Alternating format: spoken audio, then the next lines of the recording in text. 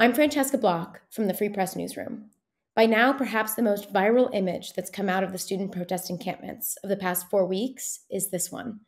In so many ways, it was emblematic of this moment of tension reaching a boiling point on campuses across the country. We know a decent amount about the protester in this picture. We know he lives in a $2.3 million mansion in Park Slope, that he's a longtime anarchist and the heir to an advertising empire. But who's the other guy, and how did he find himself in this circumstance? We're so grateful that Mario Torres, who's worked in facilities at Columbia for more than 5 years now, has decided to sit down with us and give his first on camera interview since protesters broke in and occupied the building where he works on Columbia's campus. Mario, thank you so much for coming. Can you take me back to what happened in those first moments when you first noticed something was going on in the building? It was normal. I was on the third floor. Initially, I thought it was about five or six students, and I was just trying to kick them out, And I saw them grabbing furniture, and I'm like, you, what are you doing? No, no, no. I don't think I can curse here, but I was upset because, they were doing things they weren't supposed to. But when I look back, they just multiplied and multiplied, and I can see my coworker Lester on the other side of the third floor, trying to kick people out. But we didn't think we thought that it was maybe 15 or 20 people. It wasn't like that, and you can't possibly fight off 100 people. They came from both sides of the staircases. They came through the elevators, and they were just rushing. It was just like they had a plan. It's like it's not like, oh, let's just break into Hamilton and occupy the lobby. No, they came up to classrooms and started taking furniture, and you see you see people with bags with duct tape and zip ties and all kinds of equipment, masks, gloves, and it was like, what the hell's going on? Take me back to that moment. You're on the third floor. You see these people streaming in. They're wearing hoods and masks and gloves, and they've got bags full of supplies. Walk me through the events of what happened next. Things happened so fast. Like I said, it was about 4 or 5 in the beginning, and then I turn around, and I'm hearing things. This is bigger than you, a bunch of stuff. But when I turn around and I see all these people, and I try to make my way over to Lester's side. He's a bigger dude than I am. But once I got there, I don't know which direction he went in, and then that's when I had the altercation with one of those guys. How did that Um, start? well, shoving, kicking, shoving. So A he lot of shoved shoving. you? Yeah, picture, when you leave Yankee Stadium and everyone's trying to exit, right? There's a lot of people around. There's a lot of, moving parts. And I just kept on trying to yell, like, well, if get out. I was trying to protect the building, but now let me out, and then don't touch me. Like, I was trying to say all those things, at once, right? And he basically, you know, whatever. I guess the picture, it's there. But I managed to rip his hoodie. He had a Columbia hoodie on, and I managed to rip that hoodie off of him and expose his face. So as I tried to go downstairs, and they had already there were so many chairs and tables, like, just thrown. They were throwing them like down the stairs to block it. And I remember jumping, like trying to get down. I was like hurling these tables and chairs. And when I realized that they put the vending machine to block the door, I'm like, oh, what the. So I try to go back upstairs. Elevator was done already. They blocked that. How So did then it they was a block the point. elevator? First, they pulled the alarm because the alarm was ringing, and then they put tables and chairs to block it. Like, they stuffed that elevator with furniture, so it was done. So I couldn't go down, and I I basically managed to, someone was able to calm me down and say, look, I'm going to let you out. We're going to let you out. We're going to let you out. Just calm down. I was freaking out. At that point, I'm How did thinking you about my feel? family. How was I going to get out? Through the window? No. And look, and I'm glad I did because, I know the cops went in there, and there was a story about a cop, discharging his firearm. Let's say they stormed in early. They wouldn't know who we are. It's just scary just thinking that you're locked in with a bunch of crazies. What I want to get out. That's the only thing you're thinking of is getting out. How did you get out? Did somebody have to let you out? How did that So, work? yeah. So that there was zip ties already, and there must have been, I don't know, 10, 15, 20 zip ties, and so they had to cut it out. They had to cut the zip ties, and the minute, like not even like the five, because I look back 5 seconds after, they were already tying the door down again. You know, I looked up. I remember looking up, and I noticed that the cameras were covered. How did they get up there? That's not like 10 feet. You can't give somebody a boot. Like these guys were pros. I'm sorry, you're not going to get 20 feet in the air to cover a camera. How did he do that?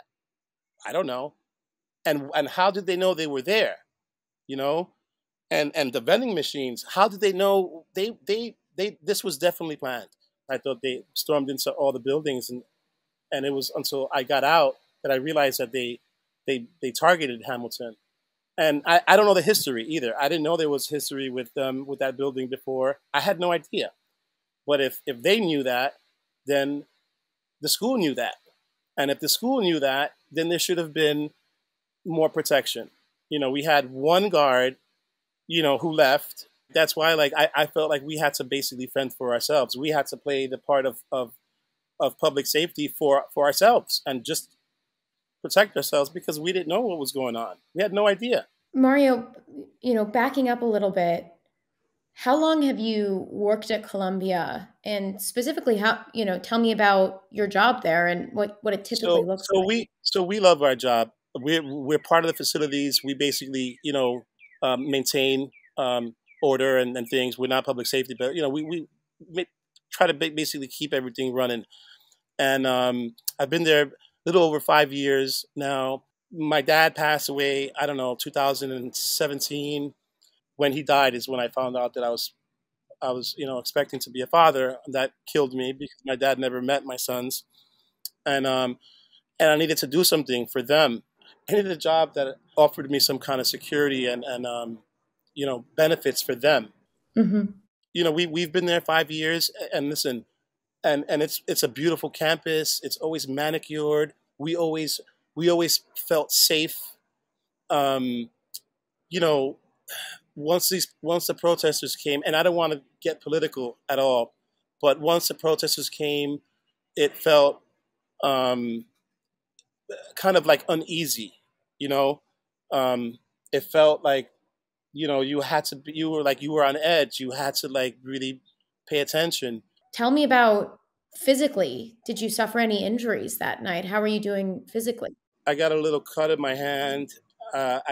Someone grabbed me by the collar, but my adrenaline was running. I was on 1,000, and I didn't even feel that until I got out and I looked at my hand. Um, I didn't feel anything. When I say that was a rush of adrenaline and a rush of fear and every emotion that you could have. That's what I felt like. It's hard to describe. I didn't I didn't, I didn't have time to take pictures. I didn't have time to look. I didn't. Oh, are you a student? Are you not a student? They all looked the same to me because they were all wearing masks, right? And people come in different shapes. Oh well, you're not 23. I don't know.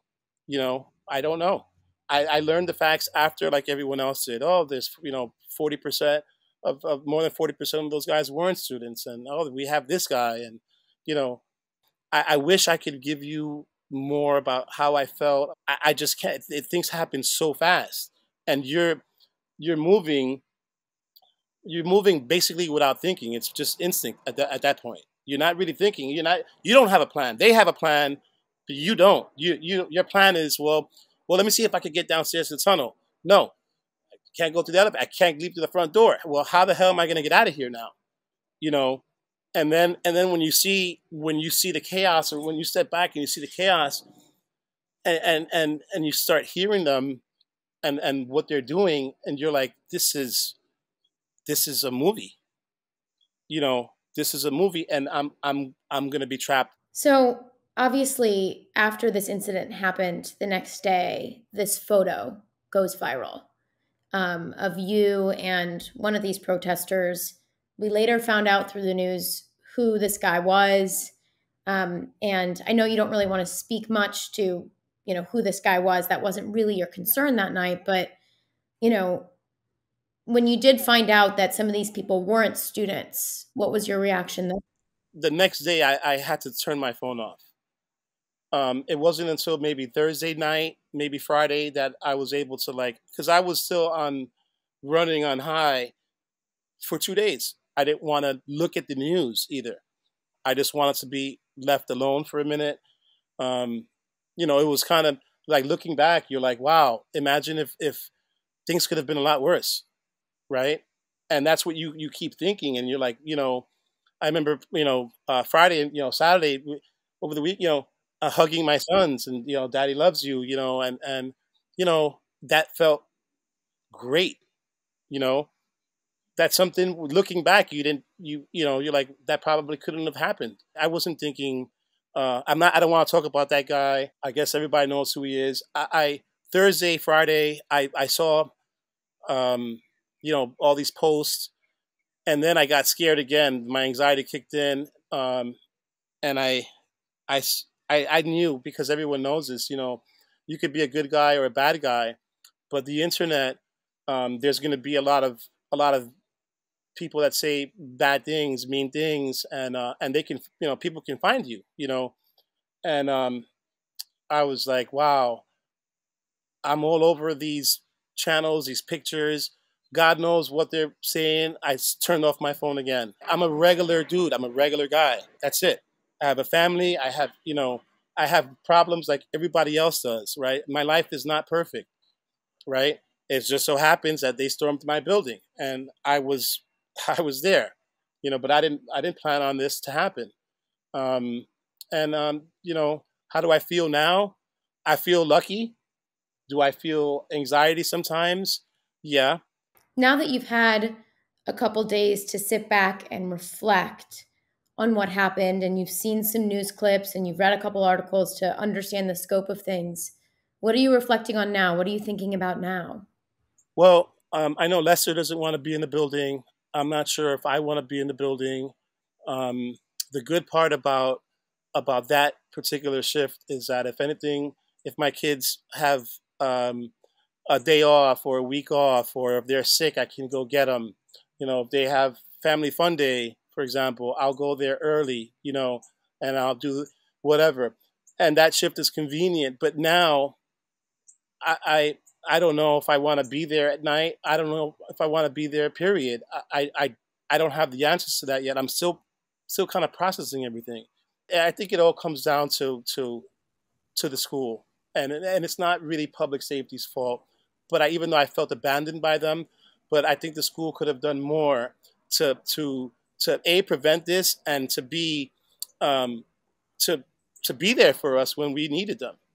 You know, we don't expect to go to the work and get swarmed by an angry mob with rope and duct tape and masks and gloves. It's the last thing on our minds.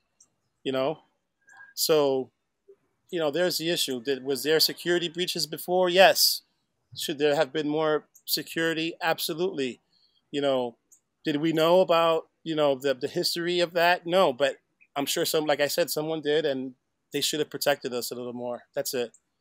Public safety is, two buildings down or up. They're in Low. I'm in Hamilton.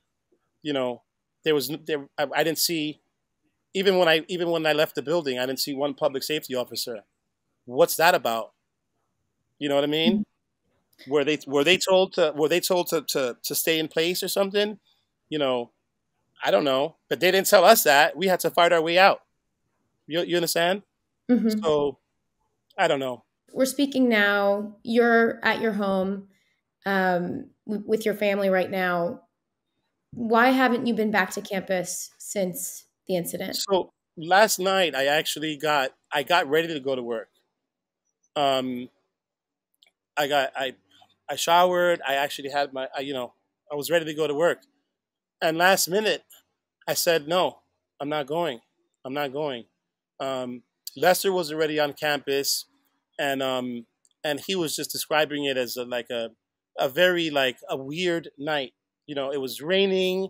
He was like, the campus is dead. This feels so weird. And I got bad vibes for some reason. And I said, you know what? And I called out late. I said, I'm not going. I said, I'm not going in. I don't feel comfortable.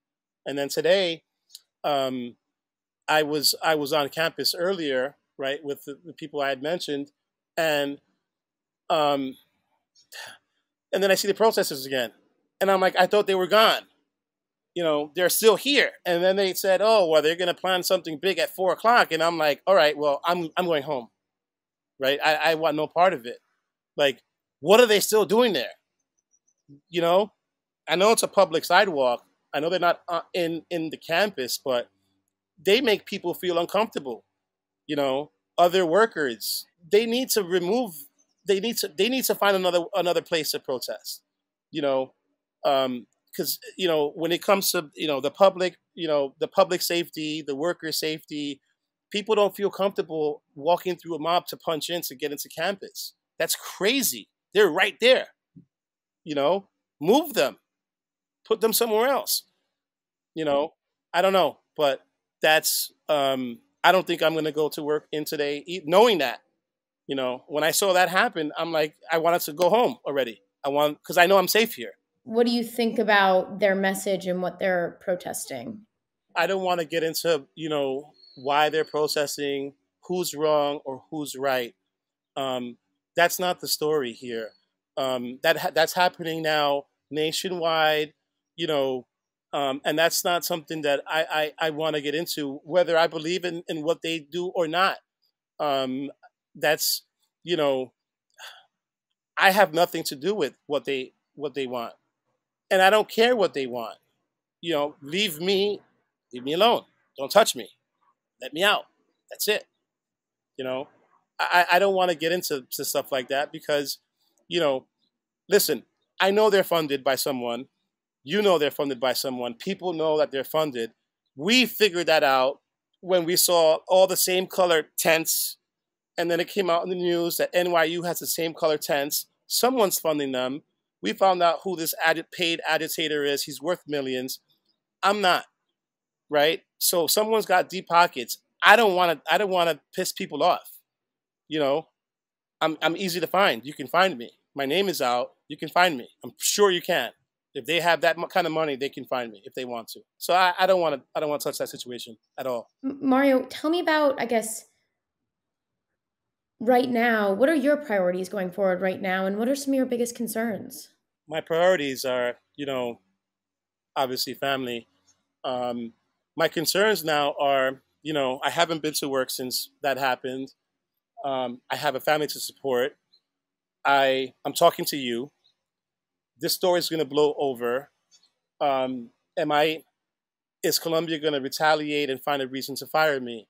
Um, is someone going to come after me? Am I going to have a job? Was it worth um, telling my story at what cost, at what risk of then getting fired a month later when everything blows over, and then, oh, see you later. No one's going to know about me, and no one's going to care about me, right? So we are taking a big risk, doing this. But I think that they failed. They failed us, and I think that's the bigger story. They failed us. They should have done more to protect us, and they didn't.